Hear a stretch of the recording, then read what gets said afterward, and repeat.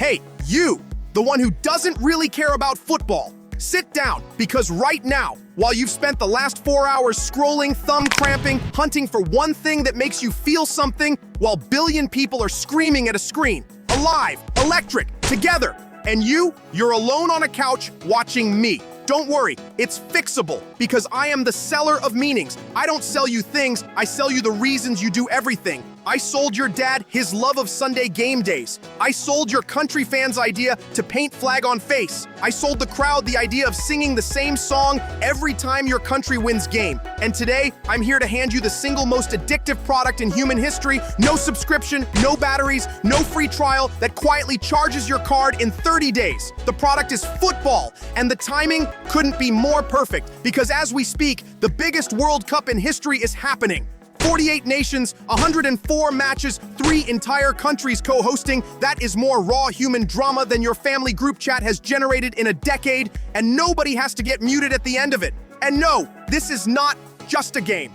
This is the closest thing the human race has ever built to a shared religion. One commandment: you shalt not check thy phone during stoppage time. 90 minutes where language doesn't matter, where your passport doesn't matter, where a kid from a slum and a billionaire in a luxury box scream the exact same at the exact same second. Football isn't just a sport. It's the most intense 90 minutes of pure drama you can possibly have sitting completely still. And think about the value here. Netflix gives you a new season once a year. Football hands you a brand new plot twist every 90 minutes, and the writers are 22 guys who never read the script. It's cheaper than therapy, louder than a concert, and legal in every country on Earth. Still skeptical? Then explain this to me. Why does the World Cup final outdraw every single TV event on planet Earth? Why do dictators fear it, and presidents beg to be photographed holding the trophy? Why does half of humanity reorganize its entire summer around 22 strangers chasing a ball? Because football isn't entertainment. It's the most powerful storytelling machine ever invented. No script every single night. Your favorite show took 3 seasons to build a finale, and still fumbled it. Football has never once needed a rewrite. Still making excuses? I can hear them already. But it's so low scoring. But I don't understand the offside rule. But it's just men kicking a ball around. Stop that! The offside rule? Relax. Even the referees don't fully understand it, and they're getting paid. They fall over too dramatically? My friend, have you seen an action movie? We all suspend a little disbelief. And low scoring? That's the genius of the product. 1 goal in football hits harder than 50 points in any other game on Earth. Scarcity, baby. The oldest trick in sales, and football runs it better than anyone alive. You don't need to understand the rules to feel your heart explode when the net moves. So sit down. Let me plug you into the historical mainframe and show you what this product has done to our species. First stop, ancient Mexico.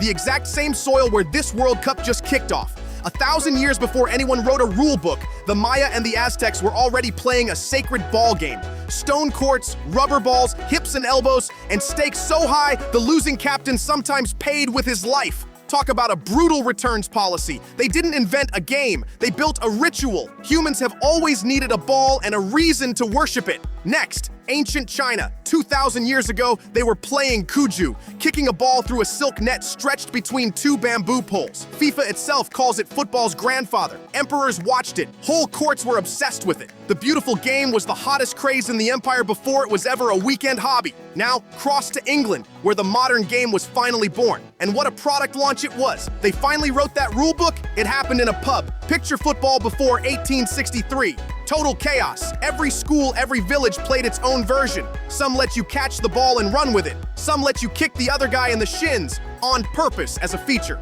You literally could not play against a stranger without it collapsing into an argument because nobody could agree on what the game even was. A global product with absolutely zero quality control. So one autumn evening, representatives from about a dozen clubs walked into a tavern in London, an actual pub, and sat down to hammer out one set of rules everybody could share.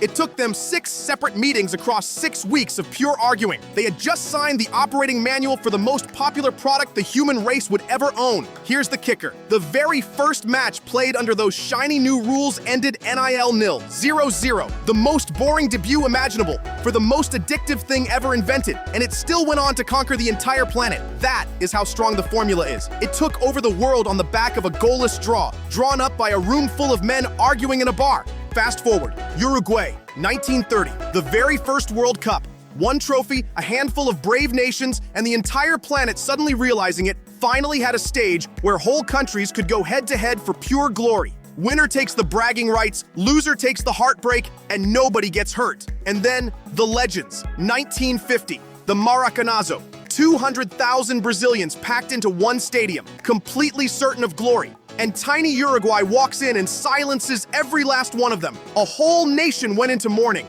over a football match. That's not sport. That's national heartbreak on a scale nothing else on earth can touch. The Pelé era. A boy so poor he practiced with a sock stuffed full of newspaper grows up to become a global god. 3 World Cups, over 1,000 goals, and a fame so enormous that legend says his own country moved to declare him a national treasure, so no foreign club could ever buy him away. One human, one ball, more famous than presidents. And unlike them, he actually earned it. 1986, Maradona. In a single match against England, he scores the most scandalous goal in history with his hand. And then, 4 minutes later, the most beautiful goal ever scored, dancing past half a team like they're traffic cones. Villain and saint in 240 seconds. Try squeezing that much range out of a 2-hour Marvel movie.